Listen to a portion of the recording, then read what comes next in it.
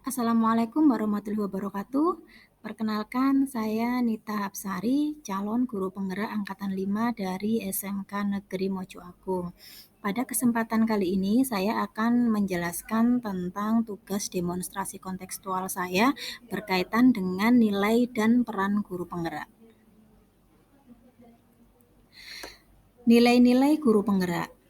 Apa saja nilai-nilai yang ada dalam guru penggerak? Yang pertama yaitu berpihak pada murid, yang kedua mandiri, yang ketiga inovatif, yang keempat kolaboratif, dan yang kelima adalah reflektif.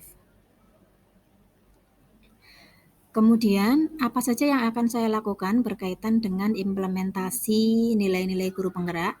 Yang pertama, berpihak pada murid. Berpihak pada murid dalam hal ini diartikan bahwa seorang guru penggerak harus selalu mengedepankan kepentingan murid. Dan yang akan saya lakukan berkaitan dengan nilai ini yang pertama yaitu mengakui keberadaan murid. Kita seringkali lupa dalam kegiatan belajar mengajar bahwa murid adalah subjek. Terkadang kita memperlakukan mereka sebagai objek dan kita memperlakukan mereka sesuai dengan keinginan kita sendiri. Nah, sebagai seorang guru penggerak yang berpihak pada murid, kita harus mengakui keberadaan murid bahwa siswa itu ada. Karena itu kita harus akui keberadaannya. Bagaimana caranya? Yang pertama yaitu dengan melibatkan murid dalam kegiatan belajar mengajar. Kita mintai pendapat mereka, kita dengarkan pendapat mereka. Kemudian membuat kesepakatan bersama berkaitan dengan kegiatan belajar mengajar. Dan yang selanjutnya yaitu selalu melihat permasalahan dari berbagai sudut pandang.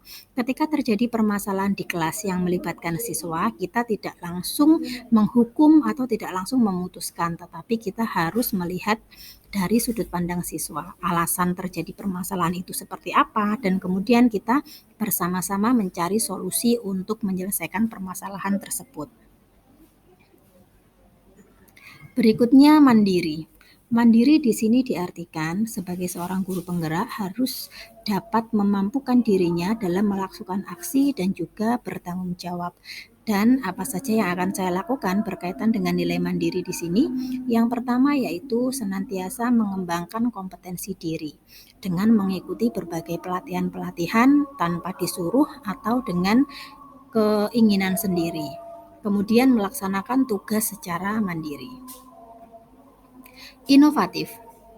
Kegiatan yang akan saya lakukan berkaitan dengan inovatif di sini yaitu yang pertama membuat media pembelajaran yang menarik. Seperti yang kita ketahui bahwa media pembelajaran sangat penting dalam kegiatan belajar mengajar.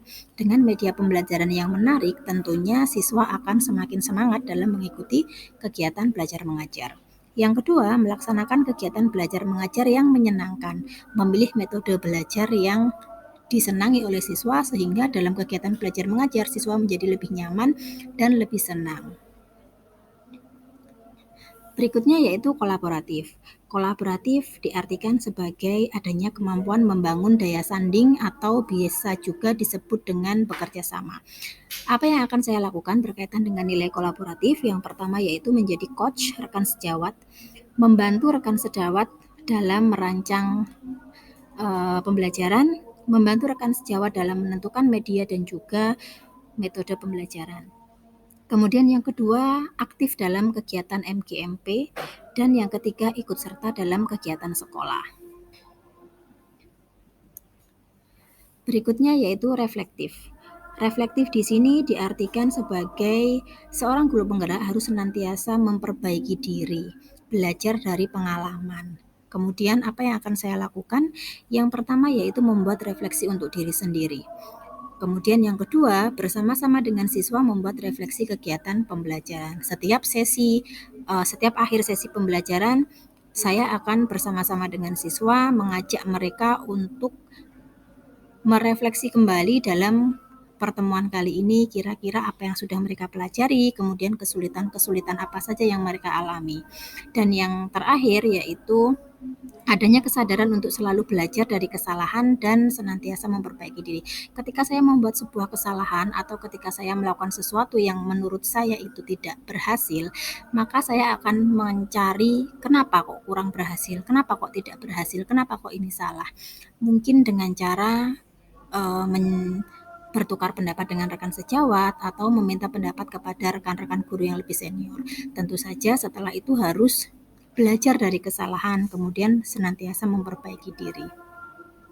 Nah, itu saja yang dapat saya sampaikan pada tugas kali ini. Terima kasih dan Assalamualaikum warahmatullahi wabarakatuh.